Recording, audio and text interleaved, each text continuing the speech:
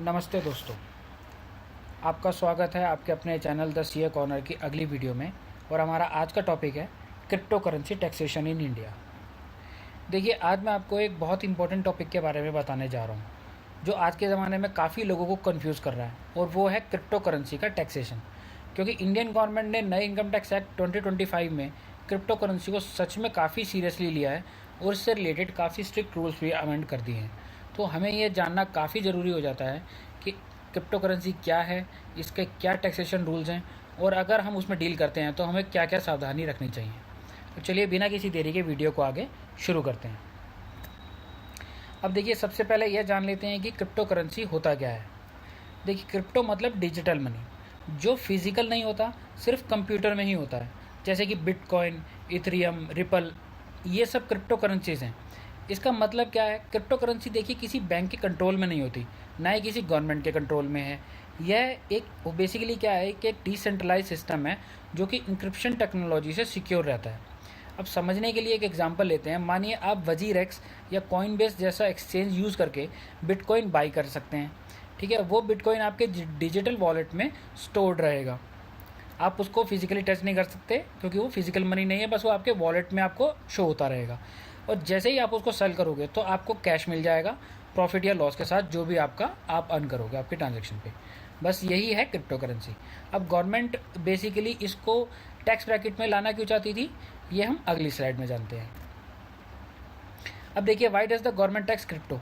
अब ये सवाल आता है कि गवर्नमेंट क्रिप्टो पर टैक्स मतलब लगाना क्यों चाहती है। देखिए, इसके कई रीज़न्स हैं। पहला रीज़न है क्योंकि देखिए, जब क्रिप्टो करेंसी से जब आप कोई प्रॉफिट कमाते हो तो वो प्रॉफिट आपकी इनकम होता है। और इंडिया में एक सिंपल सा रूल है, अगर आपने कोई इनकम अर्न की है तो आपको इनकम टैक्स देना है, एज सिंपल एज दैट। और जैसे ही इनकम होगी उस पर टैक्स लगेगा, ये बेसिक रूल है। चाहे आप बिटकॉइन से प्रॉफिट करो या स्टॉक से करो या अपने बिजनेस से करो, आप कहीं से भी प्रॉफिट अर्न करोगे आपकी इनकम मानी जाएगी और उस पर टैक्स देना मैंडेटरी है। सेकंड रीज़न है ब्लैक मनी को कंट्रोल करना। लोगों ने ये सोचना शुरू कर दिया था कि क्रिप्टो में सारे डीलिंग्स जो हैं वो अनोनिमस होते हैं, यानी कि गवर्नमेंट या किसी भी पर्सन को उसके बारे में कोई जानकारी नहीं होती और जो चाहे हम कर सकते हैं। ऐसा नहीं है। अब जो लोग क्रिप्टो यूज़ करके इलीगल पैसा हाइड करना चाहते थे, गवर्नमेंट ने उसका एक सोल्यूशन निकाला है, उस पर रिपोर्टिंग मैंडेटरी कर दी है। तो जितने भी जो ये आपके एक्सचेंजेस हैं, इनको डायरेक्शंस हैं कि ये जो भी क्रिप्टो ट्रांजेक्शन्स होंगी इनकी रिपोर्ट गवर्नमेंट को करेंगी। तो इसीलिए अब ये अनोनिमस नहीं रह गया। और तीसरा और सबसे इंपॉर्टेंट रीज़न क्या है? रिवेन्यू। देखिए, गवर्नमेंट का टैक्स रेवेन्यू से रोड, स्कूल, हॉस्पिटल्स वगैरह बनते हैं, ये हम सब जानते हैं कि वो गवर्नमेंट पब्लिक वेलफेयर के लिए उन टैक्सेस को यूज़ करती है। तो ऑब्वियस सी बात है कि अगर इस इनकम पर होने वाले जो भी इनकम होगी क्रिप्टो से, उस पर टैक्स लगेगा, तो वो भी हम जो भी होगी पब्लिक एट लार्ज के बेनिफिट के लिए ही गवर्नमेंट यूज़ करेगी। तो ये भी एक रीज़न है इस पर टैक्स करने का। अब चलिए आगे चलते हैं। अब देखिए, वर्चुअल डिजिटल असेट्स यानी वीडीए, ये क्या है ये जानते हैं। देखिए, न्यू इनकम टैक्स 2025 में एक टर्म यूज़ होता है वीडीए, वर्चुअल डिजिटल एसेट। इसका क्या मतलब होता है?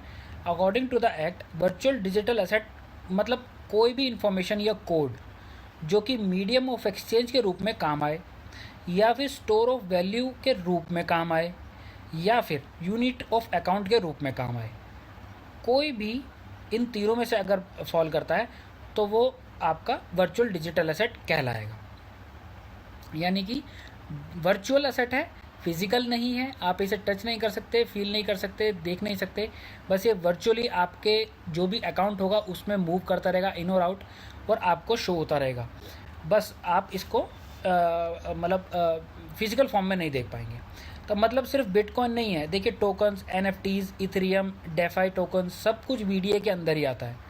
तो यह जान लेना बहुत ज़रूरी है कि यह एक वर्चुअल एसेट है जो कि गवर्नमेंट वर्चुअल एसेट के केस में टैक्सेशन लेके आई है, और क्रिप्टो फॉल्स अंडर वीडीए। इसलिए गवर्नमेंट ने, ना कि क्रिप्टो, बाकी जितने भी जो वर्चुअल डिजिटल एसेट्स है सबको टैक्स के ब्रैकेट में लेकर के आने की वजह से मतलब उसका जो है वो गवर्नमेंट ने स्टेप लिया है।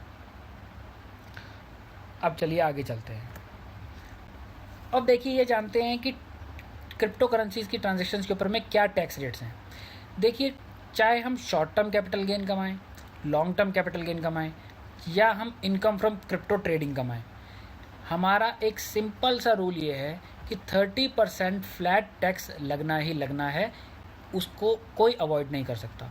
इसमें कोई स्लैब बेनिफिट नहीं मिलेगा, कोई इंडेक्सेशन बेनिफिट नहीं मिलेगा, ना ही कोई rebates, deductions, expenses. Crypto currency से होने वाली इनकम के अगेंस्ट आप कुछ भी एडजस्टमेंट नहीं कर पाएंगे। अगर आपको सिंपली 1 लाख रुपीज़ का प्रॉफिट होता है तो आपको 30% यानी 30,000 रुपये plus health and education cess 4% के अकॉर्डिंगली उस पर टैक्स देना ही देना है। उसमें कहीं कोई स्लैब बेनिफिट, कोई डिडक्शन, कोई इन्वेस्टमेंट आप कुछ शो नहीं कर सकते, चाहे वो किसी भी नेचर की इनकम में फॉल करे, चाहे वो शॉर्ट टर्म बन जाए, लॉन्ग टर्म बन जाए, इंडेक्सेशन बन जाए, सॉरी आपकी ट्रेडिंग या बिजनेस इनकम बन जाए एक तरह से। तो तीनों केसेस में फ्लैट रेट 30% ही अप्लाई होगा, irrespective of nature of income. तो ये एक सिंपल सा रूल हमारे को ध्यान रखना है कि क्रिप्टो करेंसी के केस में बिना किसी डिडक्शंस और एक्सपेंसेस के 30% फ्लैट रेट टैक्स का अप्लाई किया जाएगा। अब देखिए क्लासीफाई, वैसे देखिए इसकी कोई टैक्स रेट पर असर नहीं होने वाला है कि कैपिटल गेन है, ट्रेडिंग इनकम है या अदर इनकम के शो में केस में दिखा रहे हैं, क्योंकि टैक्स रेट सबके केसेस में कॉमन है। बट फिर भी हम एक बार के लिए इसको समझ लेते हैं कि इसको क्लासीफाई किस किस नेचर की इनकम में किया जा सकता है। देखो कैपिटल गेन में किया जा सकता है कि अगर हम बाई करते हैं क्रिप्टो करेंसी और इस इंटेंट के साथ कि हम उसको असेट को होल्ड करेंगे और प्रॉफिट कमाएंगे लॉन्ग टर्म या शॉर्ट टर्म में उसके प्राइस एप्रिसिएशन के थ्रू, तो उसको हम कैपिटल गेन मान के चलेंगे। दूसरा है ट्रेडिंग इनकम। अगर हम देखिए क्रिप्टो को फ्रीक्वेंटली लार्ज वॉल्यूम्स में अप एंड डाउन, मतलब इन और आउट, अगर हम ट्रेड करते रहते हैं, यूज़ करते हैं ऑटोमेटेड ट्रेडिंग बोर्ड्स और रन करते हैं क्रिप्टो करेंसी फोकस ट्रेडिंग वगैरह फर्म वगैरह का यूज़ करते हैं, तो वो जो उसकी इनकम होने वाली है उसको हम क्लासीफाई करेंगे profit and gain from business और प्रोफेशन, यानी कि बिजनेस इनकम ट्रीट करेंगे। और ITR फॉर्म्स मैंने स्पेसिफाई किए हुए हैं। कैपिटल गेन्स के केस में ITR 2 लगेगा और ट्रेडिंग या बिजनेस इनकम के केस में ITR 3 लगेगा। अब थर्ड एक कैटेगरी और आती है अदर इनकम, जिसमें कि आप जैसे मान लीजिए क्रिप्टो करेंसी हैंडल करते हैं that you didn't buy through any exchange, आपने किसी एक्सचेंज के थ्रू बाई नहीं करी है, रादर आपने उसको अर्न किया है। अब ये हो सकती है air drops, staking rewards, DeFi yield, framings, farmings, crypto mining या गिफ्ट, किसी रिलेटिव ने आपको गिफ्ट कर दिए, तो इनके थ्रू भी आपको वो क्रिप्टो मिल सकती है, यानी आपको इनकम मिल सकती है। तो उस पर आप ITR 2 या 3 जो भी आपका जिस भी केस में आप चाहें जा सकते हैं। तो ये 3 नेचर ऑफ की इनकम ये हुई जिसके हम जिन कैटेगरीज में हम क्रिप्टो से होने वाली इनकम को क्लासीफाई कर सकते हैं। मैं फिर आपको याद दिलाता हूँ कि इन तीनों कैटेगरी में चाहे वो कहीं भी फॉल करे, कैपिटल गेन में, बिजनेस इनकम में या अदर इनकम में, टैक्स रेट में कोई चेंज नहीं होगा। टैक्स रेट फ्लैट 30% ही रहने वाला है, इंक्लूडिंग 4% का जो हेल्थ एंड एजुकेशन सेस है। इसको एक एग्जांपल के तौर पे समझते हैं। देखिए कैपिटल गेन अगर हम मान लीजिए होता है तो कैसे टैक्स लगेगा। मान लीजिए कि हमने बिटकॉइन 0.5 बिटकॉइन हमने 40 लाख रुपये के हिसाब से 20 लाख रुपए की बिटकॉइन खरीदे, जिस पर हमने ब्रोकरेज फी पे करी 5,000 की, तो हमारी टोटल कॉस्ट ऑफ जो परचेज हो गई वो हो गई हमारी 20,05,000। सो अगर हम उसको 30 मंथ्स बाद मान लीजिए 60 लाख पर कॉइन अब हो चुका है और हमने उसको बेच दिया, तो हमारा जो सेल कंसिडरेशन हुआ वो हुआ 30 लाख। तो हमें नेट कैपिटल गेन कितना मिला, 30 लाख माइनस 20.05 के अकॉर्डिंगली 9,95,000 रुपये का। अब देखिए सिंस हेल्ड वो 24 मंथ से ज़्यादा होल्ड किया है तो लॉन्ग टर्म माना जाएगा, but irrespective of this thing हमारे को 30% टैक्स देना है, जो कि 2,98,500 के हिसाब से हमको टैक्स देना पड़ेगा, प्लस सरचार्ज इसमें और कर देंगे। तो चाहे वो कैपिटल गेन लॉन्ग हो, शॉर्ट हो, बिजनेस इनकम हो, अदर इनकम हो, टैक्स रेट फ्लैट 30% ही अप्लाई होगा।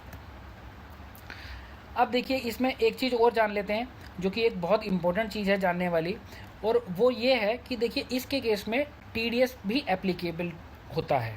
अब देखिए TDS कैसे एप्लीकेबल होता है, ये बहुत इंपॉर्टेंट और टेक्निकल पॉइंट है जो कि बहुत से लोग फॉरगेट कर देते हैं। देखिए TDS का मतलब है टैक्स रिडक्शन एट सोर्स, यानी सेक्शन 194O के तहत देखिए TDS होता है क्रिप्टो पे। मतलब क्या है, जब आप क्रिप्टो करेंसी एक्सचेंज पर जैसे कि वजीरेक्स या बाइनेंस या कोई भी और एक्सचेंज से क्रिप्टो सेल करते हो और 1 करोड़ से ज़्यादा का ट्रांजेक्शन आपका ड्यूरिंग द ईयर का हो जाता है, तो एक्सचेंज उस वैल्यू पे 1% का TDS कट कर देता है। इंपॉर्टेंट पॉइंट यहाँ पे क्या बात ध्यान देने वाली है, TDS सिर्फ तब लगेगा जब आपका टोटल ईयर का ट्रांजेक्शन 1 करोड़ या उससे ज़्यादा का क्रॉस कर जाएगा। TDS अमाउंट जो होगा वो 1% होगा और वो सेल प्राइस पर होगा।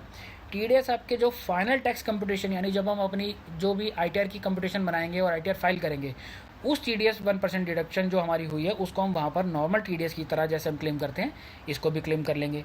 और अगर आपका कोई भी इनकम टैक्सेबल नहीं होता है, मान लीजिए आपने क्रिप्टो या जो ऑब्वियसली क्योंकि क्रिप्टो वाला तो आपका टैक्स लगेगा ही लगेगा, अगर बाकी इनकम या जो भी अकॉर्डिंगली अगर आपका रिफंड अगर मान लीजिए बनता है तो फिर ये आपका along with that other TDS जो है ये आपको रिफंड के तौर पर आपको मिल जाएगा। तो और ये आपके अकॉर्डिंगली फॉर्म 26 एस यानी जो भी न्यू फॉर्म होगा आपका एनुअल टैक्स स्टेटमेंट उसमें प्रॉपरली रिफ्लेक्ट करेगा।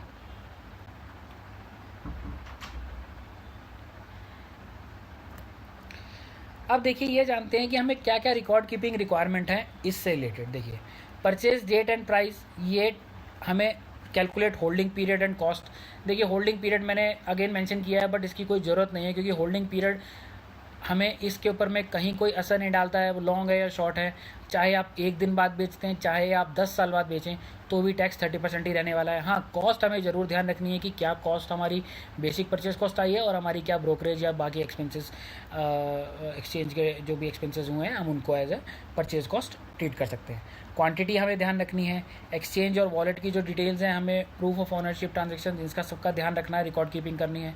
ब्रोकरेज और ट्रांजेक्शन फ़ीस, ये मैंने अगेन आपको बताया, ये ज़रूरी है, क्योंकि देखिए वैसे ही इस पर टैक्स रेट हाई है और हम अपनी परचेज कॉस्ट को बिल्कुल भी जो हमारे जो ब्रोकरेज या ट्रांजेक्शन फ़ी के अकॉर्डिंगली भी हम पे कर रहे हैं, तो उसको हम ज़रूर अपनी परचेज कॉस्ट में ऐड करना चाहेंगे, ताकि हम अपना कम से कम उसका प्रॉफिट उसको कर सकें और हमें कम टैक्स देना पड़े।